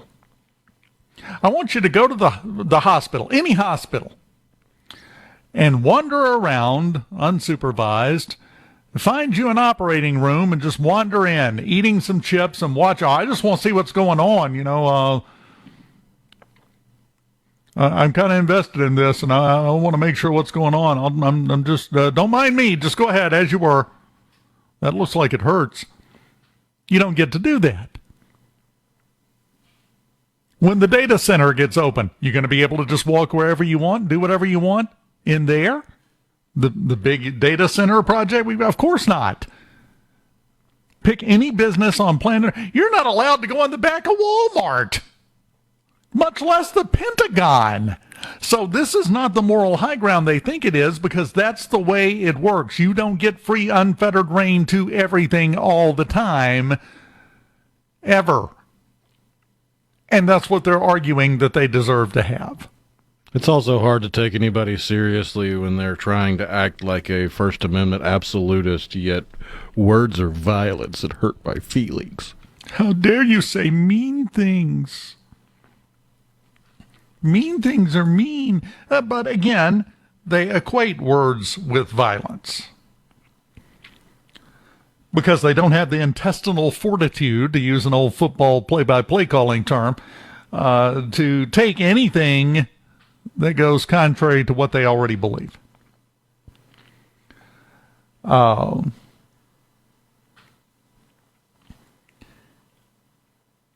is the problem. That's another part of the disconnect between the left and the right. And when I say the left and the right, when I say the right, I mean the majority of common sense, hardworking people. When I say the left, I'm referring specifically to the far left radical arm of the Democratic Party.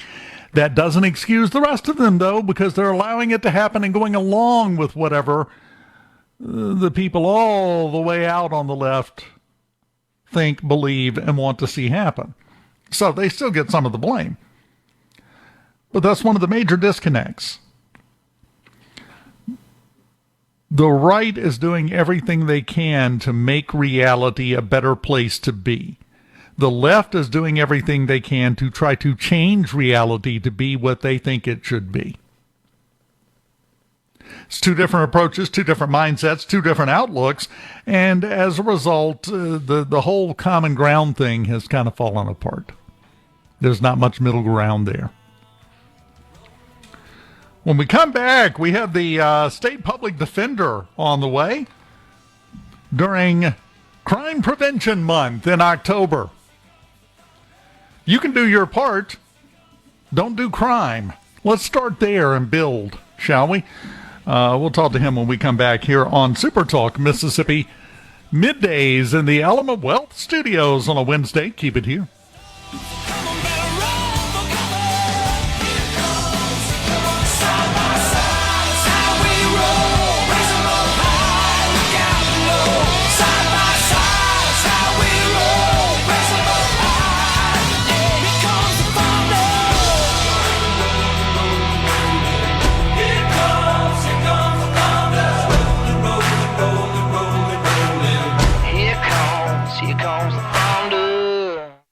If you're about to... Middays with Gerard Gibert. It is on Super Talk, Mississippi.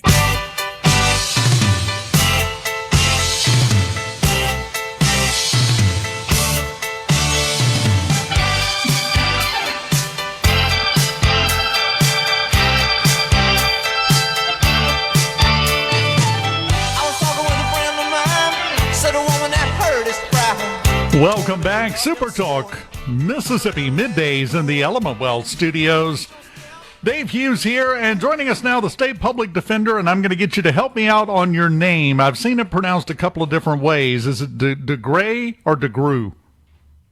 We'll go with the third option. We're going to go with so of course, I had two ideas. Both of them were wrong, so let's try it again. Andre De Gruy. De Gruy. Very good. Andre De Gruy, welcome to the show. Thank you so much for coming out. I just wanted to make sure I got that right up front. I appreciate that. You probably get a lot of weird pronunciations of that name, I would think. Pronunciations, spellings, yeah, it's been with me for a long time. Yeah, but that's okay. I like it because it's distinctive. It's unique. I like it very much. Now, you are the State Public Defender. What does that entail? So we have one. It's a little misleading because a lot of people think I'm in charge of indigent defense all across the state of Mississippi. We have a pretty limited role. The indigent defense is that's defense of people in criminal cases who can't afford lawyers is a county function in Mississippi. So as state defender, I oversee a death penalty trial office. We go in and assist the local attorneys with those cases. And we also have an appeals office. So if a case goes to trial, the person loses, we have a unit that just represents those people. We also are involved in youth and family, both on the youth justice side, or used to be called juvenile justice, and on the child protection side. We provide lawyers and we do direct representation in this area as well as supporting county public defenders. But we do representing parents in child welfare cases. So if CPS gets involved in your life, we can provide lawyers, assuming you can't afford your own lawyer. So basically, you help out with the things that county public defenders don't. Right. And as also, we provide all of the training and technical assistance. So those county public defenders got a case that's a little tricky for them, they can call us for help, and we do training programs regularly around the state. Now, having said that, October is Crime Prevention Month. As I said jokingly before the break, first step in crime prevention, don't do crime. It seems fairly sensible. But with what we saw last weekend, crime prevention kind of comes to the forefront of the conversation now, doesn't it? Yeah, and I'll just say one thing I do, not directly as state defender, but because I'm the state defender, I do serve on the Corrections and Criminal Justice Oversight Task Force for the state. So that's where we get together, sheriffs, police chiefs, judges, prosecutors, and try to sort of make sure the policy that's been set by the legislature is being followed. And prevention is, probably not an area we look at enough. We're looking at people once they're already in prison, and so we really all need to collectively be looking at the front end. And I would agree with you that the best way to reduce crime is to not commit crime. We're going to start out agreeing on that. Yeah, I think that's just the most common sense thing that you can say about it. But after that, boy, does it get a lot trickier to talk about. Yeah, it sure does. Now, that leads me right into an enormous open-ended question. Okay, what do we do? How do we deal with this and make things like last weekend not happen anymore? Yeah, I've got the answer. You ready? I am ready. Okay. Step one. It's not the final answer. It's just the first step. One of the biggest problems we have in Mississippi in addressing crime prevention is that we don't collect good data. We don't, and it's kind of funny now. It's something I've been talking about for a long time. We need better data. I started thinking about it because we need to plan how we can efficiently and effectively deliver defense services, and we need data. We need to know where cases are coming from. But there's really, in the whole system, it's much bigger than that. We got really good corrections data, but we don't have good arrest data. We don't have, and backing up the crime reporting data. So, you see a weekend like this and you think Mississippi's off the rails. We're in terrible shape. But if you look historically at police reporting, this is just a really bad weekend. But the lack of data and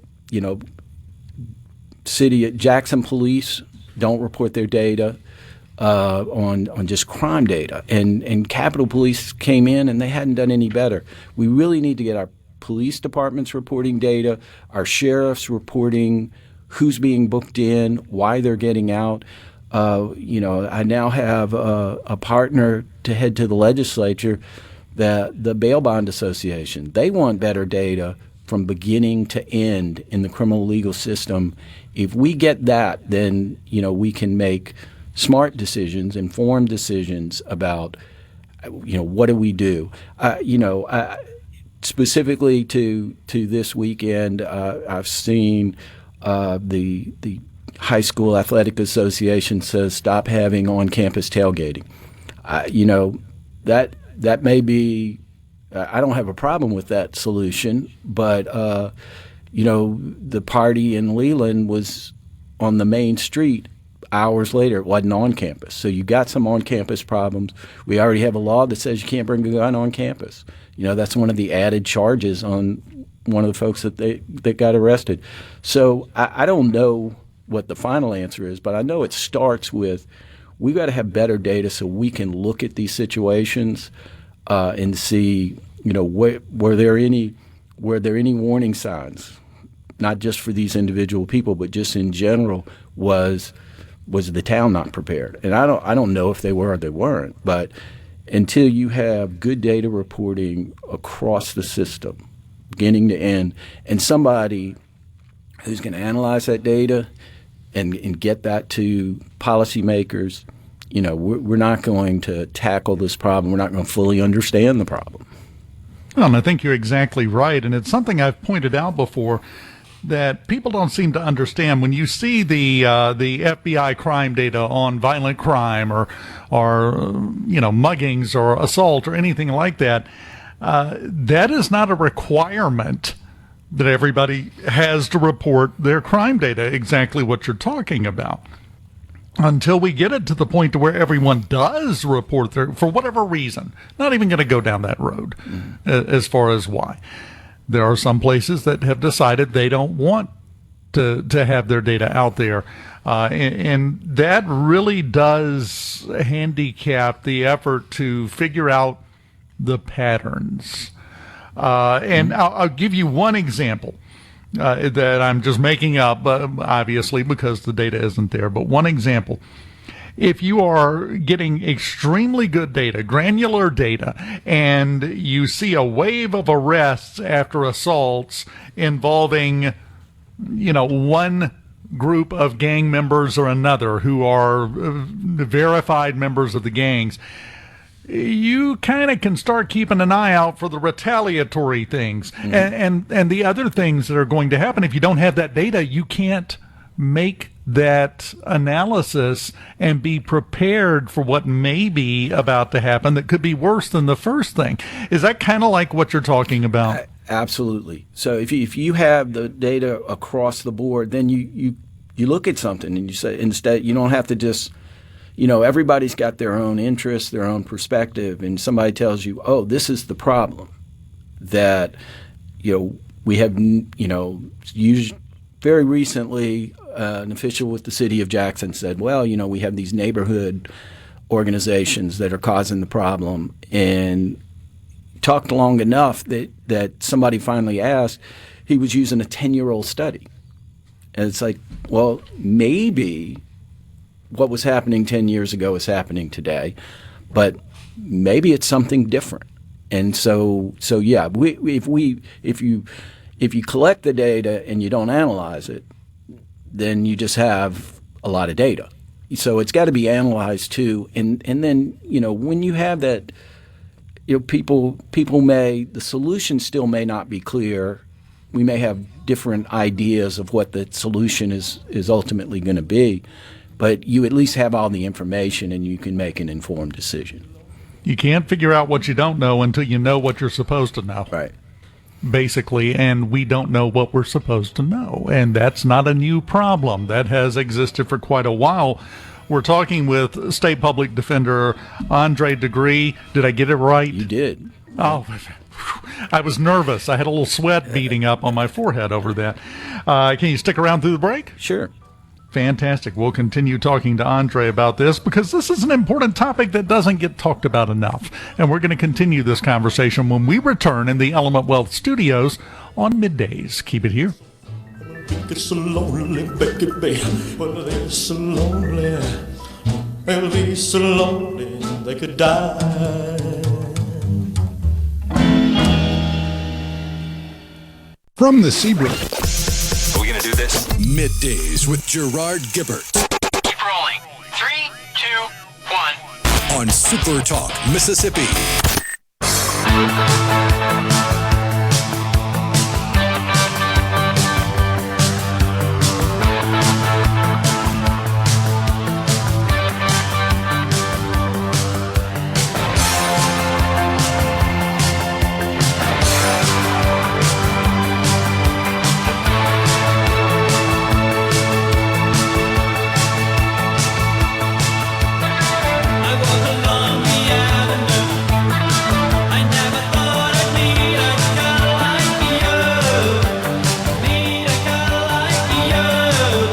Welcome back. Super Talk Mississippi Middays in the Element Wealth Studios. Dave Hughes here. During the break, I just went to look, just for the heck of it, at the official crime stats for last year, since we were talking about that for the state of Mississippi. You have 199 reporting. Now that's a mixture of counties and municipalities. We have just over 300 municipalities and 82 counties. So that's close to 400. About half of them actually reported their data last year so far. That's the kind of problem that we're discussing with Andre De Gruy, the state public defender. When you literally have half of the data, it's hard to make analysis even worth doing, isn't it? Yeah, well, I think it takes a data scientist to answer that question. And I don't know. I mean, you never get 100%. There are a lot of people who are waiting for the perfect data. But, I think there's been a lot of criticism of the 50% or below reporting. And particularly when you're looking at some of the bigger jurisdictions that, you really have to get that data. I mean, if you have a small area, you may not miss much, but you're talking about the city of Jackson, you're missing a lot. So whether or not, and this, you got to be when you look at 1 year, you're just looking at a snapshot. You got to look at it over time, and then it depends on, are you getting more and more reporting? So DPS also is now doing report. They've got a dashboard, and the agencies that report to them, they're putting out their which is a great resource, and they have a caveat on there. It's like don't compare years because it's going to appear that the crime's going up because you get more and more agencies reporting. You have to know how much data you have, and when we did the Corrections Oversight Task Force and looked at, and it was not the Oversight Task Force, the Planning Task Force that came out with what 2014 House Bill 585. We looked back at 10 years of data, and so you got to have good data, and over time you got to have a good baseline. If you don't have that baseline, you don't know whether things are going up or down or not changing at all. And particularly when you're trying to evaluate a program or something you've instituted, is it working? If you didn't have that baseline, you're still not going to figure anything out. You're just going to know what's happening that day. So yeah, that's a 50%, and there's just no excuse. I mean, they know how many calls are coming in. They know how many arrests are being made. I think you alluded to this earlier, is that there are a lot of people that are afraid of data. I had when we were working on what led to the repeal of the RID program, the Regimented Inmate Discipline Program at MDOC, we had a lot of people, even people on the defense side, who thought this was a great program. But until we looked at the data and saw that it wasn't working. We had a higher recidivism rate for the young people who went through this program than you had if you just threw them out in general population. And so that's the last time, and that was probably 2016, 2017. That was the last time that we looked at a program, looked at its data, and said, it's not working. Why are we still doing it? Because some of us felt like we could tell you stories about it working, so we knew it did work for some people, but until you're looking at the data, you don't know the whole picture. Well, exactly. And my question is, with October being Crime Prevention Month, this is the perfect time to be talking about these topics. You mentioned, a buddy going to the state legislature. Is this something the legislature would have to put into law to make it a requirement for every department to report their crime data? Because as you said, they have it. They know what they're getting. They're just not reporting it in. And there are other areas of the government. We just had the situation in the first part of the year where several municipalities, the state auditor's office went after them because it's a requirement that you audit your books every year and submit your audit, and several hadn't. So there are precedents for requiring local agencies to report their data every year. What's it going to take to put that in place to where it's a requirement in the state of Mississippi? I think it's probably going to, the legislature needs to be the leader on that, obviously. And I think, mandating it is a good first step. And we're talking about, not just the arrest data, and more important, the report data. That's what's coming from law enforcement. That's the data you're talking about, crime reporting. But to have the from arrest through disposition, all the way through the end of the case, so we can know what's happening throughout the system. I think the legislature would have to do that, and we wouldn't be the first state to do it. And we're talking about, Florida has a comprehensive bill that requires everyone to report their data. We had about 5 or 6 years ago a task force set up by the legislature, and I think that's what the first step. That's what they'd have to do, so we can get an agreement on everybody from all people in the system, what data they have and what they can report. The sheriffs did that, and the Sheriff's Association endorsed the final outcome. Now, it never passed the legislature, and sometimes great ideas, for one reason or another, die in committee. But I think doing something like that and looking at, I don't know how well the Florida statute is working, but it's a comprehensive statute. Everybody reports data. when these discussions have come up, and I've been in meetings with sheriffs and MDOC, and once they get comfortable with the fact that, this isn't, you're sharing your data, but you're not sharing your database. You're not letting the public defender come into the sheriff's database. I'm not going to get the keys to the jail. But when they start talking to each other, and they're like, well, you know what?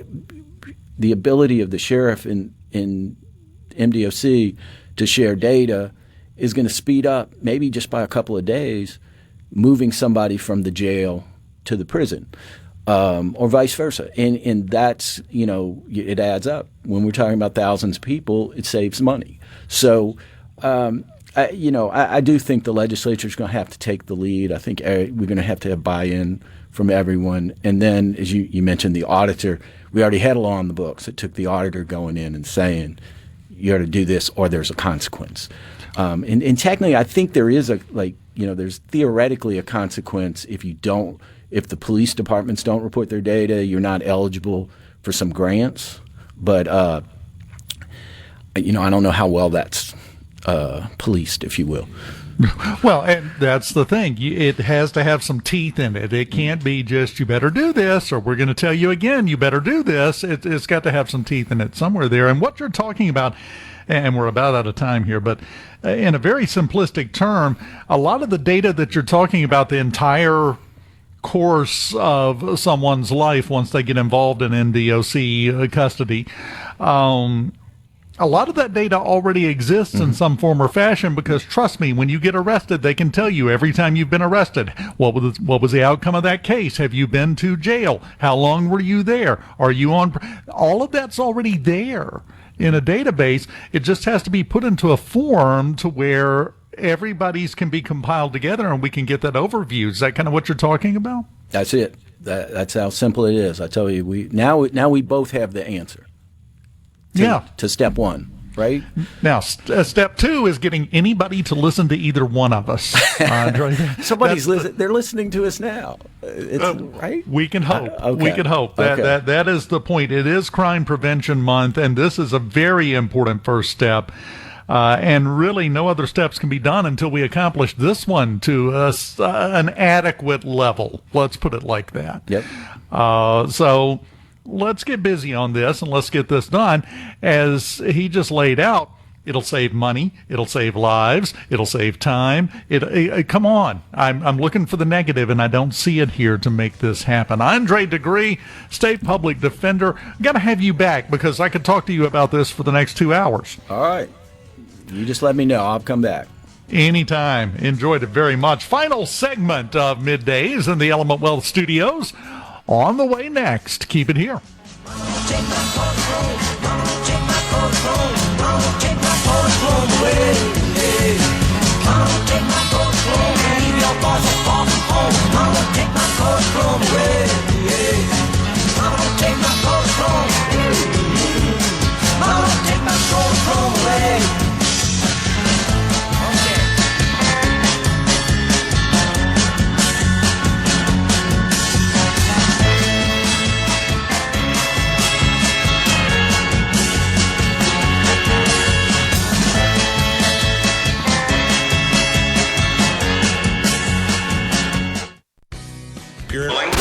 Middays with Gerard Gibert. What? This is so awesome. On SuperTalk, Mississippi.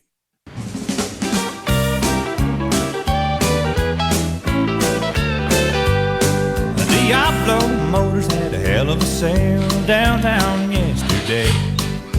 Word got around, no money down, take years and years to pay. When I got there, the lot was bare, but the salesman said, hold on. For a little cash, I got a two-tone ash out behind my barn. If the devil danced in empty pockets, he'd have a ball in mine. Welcome back. Boy, if that's not the song of 2025, it should be. We need to revive that and get it going again. Absolutely perfect. Well, on this Wednesday morning, I think we have covered a lot of the ills of the world. I'm not going to say we solved a doggone thing, although I think Andre was making a good attempt at it right there, because until you have the imagine that, talking about empty pockets, let's go into an imaginary world. You have five. Yeah, thank you. You got to do the fingers. You've got 5 bank accounts. You've got various sources of income, and each one dumps into a different bank account. When you do your budgeting at the end of the month, do you only look at 2 or 3 of those and just, well, the other 2, it doesn't matter. I can figure out how much money I have and what I have to spend and how I need to manage this money by just looking at a couple of them? That would be ridiculous, wouldn't it? Same thing applies to crime data. How can you make any good decisions if you literally only are getting half of the story? And not 100% of that half, even, as Andre was saying. So it's definitely a problem that we need to focus on and try to get something done about, because it's going to wind up improving things for everyone. Do you have a nightlight? A nightlight? No. A nightlight.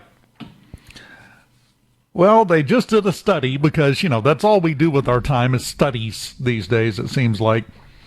Survey of 2,000 people in America, not divided in any other way. They just live in the U.S.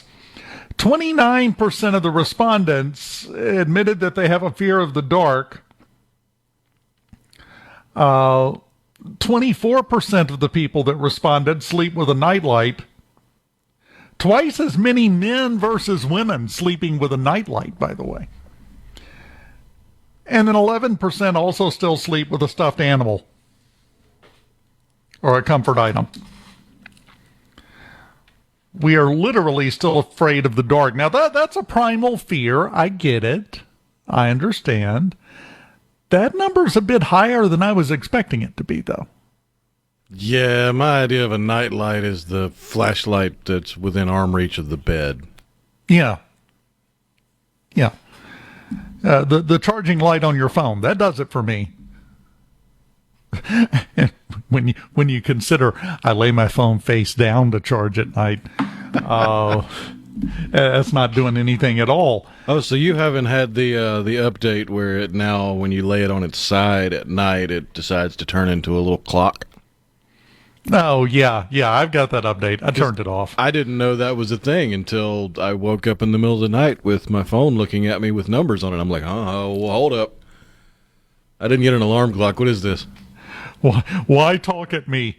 Me sleep. That's the general reaction there. At the same time, by the way, as we had that number, 30%, 29%, afraid of the dark, 28% said they love watching horror movies. Now, make this make sense. How much overlap is there between those two groups? Oh, there's at least a little bit. Yeah. I'm just hoping there's not a lot. They'd also found that after watching a horror movie, 28% woke up in the middle of the night. 22% had lower quality sleep. If something bothers you, stop doing it. That would seem to be sensible. But we have people that would argue against that because, if just because you're scared and it's affecting the quality of your sleep and therefore the quality of your life, you can't stop watching the bad movies because then the Freddy Krueger terrorists win. Right? Sorry, I had to go there, buddy. I had to go there. So, yeah. Are you afraid of the dark? And why? The easy solution, the easy remedy to being afraid of the dark, in my mind, is to get yourself to a point in life where you have the rock-solid realization that the scariest thing in the dark is you. Everything else should be terrified. If you can pull that off, you're in business. Rhino, buddy, I have enjoyed it. Oh, yeah. And we get to do it again next week. I haven't even checked to see if you're here. I assume you're here. I'm back in the Middays chair next Tuesday and Wednesday. I'll be here. Fantastic. So we will mess up a whole lot of nonsense next week. Just another edition of Middays here on SuperTalk Mississippi. Got my local show tomorrow, back for mornings, Friday morning at 6:06, my friend. I'll see you then.